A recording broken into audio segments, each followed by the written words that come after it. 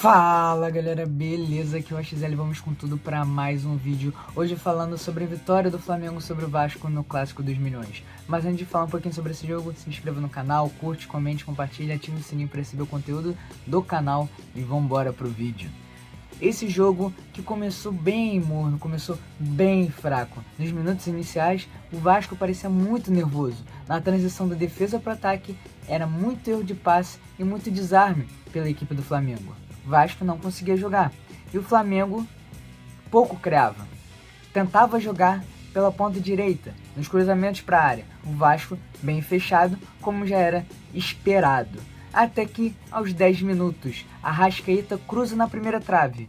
O Ilharão desvia, bate na zaga vascaína, volta no volante rubro-negro, que cruza, e o Felipe Luiz de cabeça coloca pro fundo do gol, abrindo o placar do jogo. Bom destacar aqui que eu falava pro meu amigo antes de começar o jogo. Cara, Léo Matos, não dá, ele não pode ser o titular do Vasco.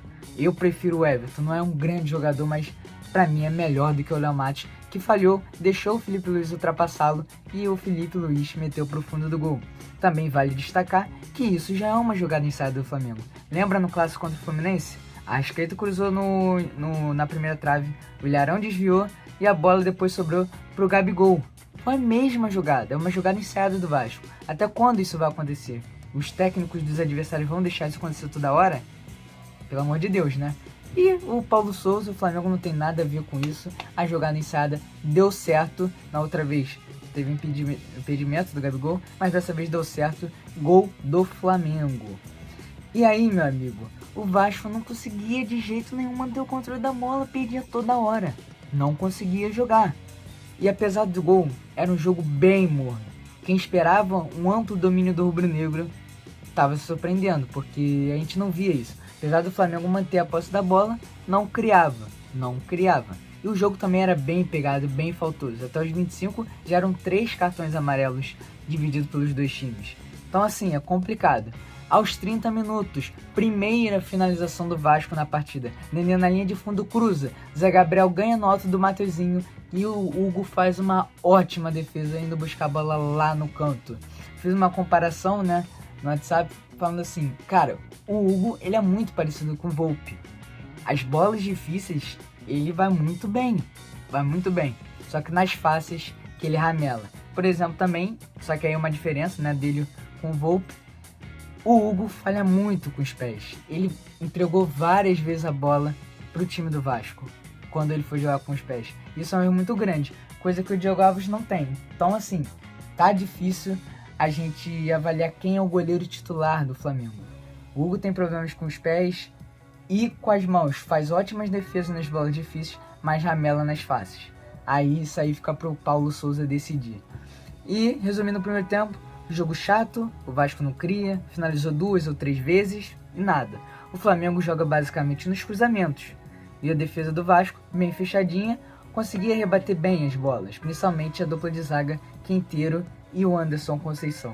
E vale o destaque, Paulo Souza tem que ficar muito atento com isso, porque em 90% dos jogos do Flamengo no ano, os outros times irão estar muito fechados, assim como o Vasco estava. 90% até foi mínimo, né? Porque deve ser uns 95% a 96%. Porque os times, quando jogam no Flamengo, jogam muito fechados. E o Flamengo precisa ter criatividade. O Flamengo não enfiava bola nenhuma. O Flamengo não chegava com bola trabalhada nenhuma vez. Só nos cruzamentos. E aí, meu amigo, a bola era sempre rebatida. E logo no início do segundo tempo, gol do Vasco, por incrível que pareça. Juninho recupera muito bem a bola do Andrés Pereira. E Andrés Pereira ramelando de novo. Para a tristeza do torcedor flamenguista, provavelmente nos próximos dias, né, nas próximas semanas, melhor dizendo, o Andrés Pereira deve fechar com o Flamengo. Assim, eu tentaria o máximo possível voltar atrás, porque é um jogador bem mediano. Ele não é ruim, mas ele já falhou no jogo da Libertadores e agora falhou no Clássico. Teve um jogo agora, recentemente contra o Madureira, saiu por conta de mental, porque não estava aguentando a pressão. Então assim, 60 milhões para um jogador desse É complicado. Mas continuando a jogada, Juninho recuperou muito bem a bola. O Juninho é um bom jogador mesmo. Recuperou a bola e já tocou pro Gabriel Peck, que levou, carregou antes mesmo do meio de campo. Foi levando e meteu um balaço de direita pro gol rubro-negro. A bola ainda bateu na trave e entrou sem chance nenhuma pro Hugo Neneca. E aí, meu amigo, depois, com o empate, ainda teve mudanças. O Andrés logo depois saiu, vaiado pela torcida, obviamente, para a entrada do João Gomes. Saiu também Everton Ribeiro e entrou o Vitinho. E também vale o destaque, né? O Marinho tá como última opção do Paulo Souza. Será que ele fez bem mesmo em ir pro Flamengo? Dependendo da sua visão, acho que não, mas ele tá no time do coração dele, né? Vamos ver como é que vai ser mais pra frente, se ele vai ser mais utilizado, porque a gente provavelmente o Andrés Pereira deve perder espaço, né? Porque uma falha dessa no Clássico, eu sei que depois da vitória tem a euforia toda, o nego esquece, mas é complicado, tá? Talvez até o Andrés Pereira perca espaço e o Marinho ganhe aí uma oposição, assim, que, né, nesse modo de dizer, no futebol. E aí teve substituição no Vasco também, né? Saiu o Getúlio, que nada fez na partida, a bola não chegava nele, entrou o Raniel, também entrou o Figueiredo e o Luiz Henrique mais à frente. E o jogo até melhorou, não tecnicamente, mas ficou mais animado, porque os times pareciam estar com mais vontade. Também teve substituição no Flamengo, né? Entrou Rodinei e Pedro, saiu Arão e Mateuzinho. O Flamengo teve um momento do jogo, né? Acho que terminou o jogo assim, né? Com Bruno Henrique, Gabigol, Arrascaeta, Pedro, Vitinho e Marinho. É um banco foda do Flamengo, né? Porque os 3 últimos vieram no banco. E tava com esse amontoado de jogador craque. Só que assim, você ter vários jogadores craques não quer dizer muita coisa, né? Tipo, assim, o Flamengo não tava conseguindo criar, tá ligado? O Arrascaeta tava indo muito atrás, tava jogando de volante. E esse eu achei um erro muito grande do Paulo Souza. E quem começou a criar as jogadas do Flamengo era o Davi Luiz. Davi Luiz virou armador do Flamengo. Tanto que aos 22 ele cruza na área, o BH ajeita, o Arrascaeta tenta chutar, mas o Figueiredo tira dali. O Davi Luiz começou a armar o jogo, o Arrascaeta muito atrás mesmo. Mas aí, meu amigo, aos 44, o cara é, pra mim, né, o melhor jogador do Brasil. Não só o melhor meia, como o melhor jogador do Brasil. A Arrascaeta foi lá, depois de um passe do Vitinho, de fora da área, meteu um belíssimo gol para a equipe rubro-negra, consagrando a vitória do Flamengo no Clássico dos Milhões.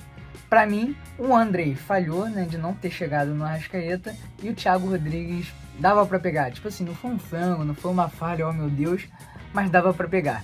Mas o Arrascaeta não tem nada a ver com isso e meteu um belo chute que não é comum no futebol brasileiro. Um chute desse, ele é especialista. E aí o Flamengo se deu bem. Mérito dele, claro, né? E ainda teve no último lance da partida um possível toque de mão na área. Nas primeiras vezes que eu vi, eu achei que foi pênalti, achei que tocou na mão, mas depois de rever, não pegou na mão, não teve pênalti pro Flamengo. Vitória legal do Flamengo, 2-1, mas fica com um gostinho meio amargo essa vitória. Porque o Vasco, no meio de semana, estava tomando pressão absurda de um time de Série D. E o Flamengo só foi ganhar aos 44 nas Bacias das Almas. Então, assim, legal, ganhou o Clássico, comemora, um Clássico importante.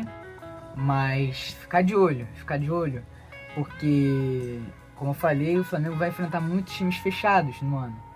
E aí, meu amigo, tem que ser mais criativo. Por que o Arrascaeta, apesar de estar jogando de volante, apesar de eu ter falado de estar jogando lá atrás, estava ali perto da área finalizando? Porque o Vasco estava muito atrás, estava jogando dentro do gol. Se o Vasco tivesse com a marcação com as linhas mais à frente, o Arrascaeta estaria lá atrás, estaria lá no meio e não estaria lá dentro da área, perto da área, chutando pro gol. Então, pra mim, o Zé Ricardo, se ele tivesse puxado um pouquinho mais as linhas, tirado um pouquinho o time da área, saindo um pouquinho mais da área, provavelmente o Arrascaeta não estaria ali pra dar esse chute, porque o Paulo Souza recuou demais o meio-campista flamenguista. E aí, por mim, um erro do Paulo Souza. Só que deu certo e aí, meu amigo, quando dá certo não tem o que fazer. Mas é isso, galera, espero que vocês tenham gostado do vídeo. O Vasco realmente não tinha muito o que fazer no jogo, conseguiu quase empatar na partida, Meio que é foda falar isso, o torcedor vai ficar bolado, mas jogou de igual para igual com o Flamengo. Não tem o que fazer, cara. Podia ter saído com empate, mas ramelou no final. O Arrascaeta também, pô, brilhante. E é isso, galera. Espero que vocês tenham gostado do vídeo. Se inscreva no canal, curte, comente, compartilhe, ativa o sininho. Comente aí o que vocês acharam do jogo. E valeu!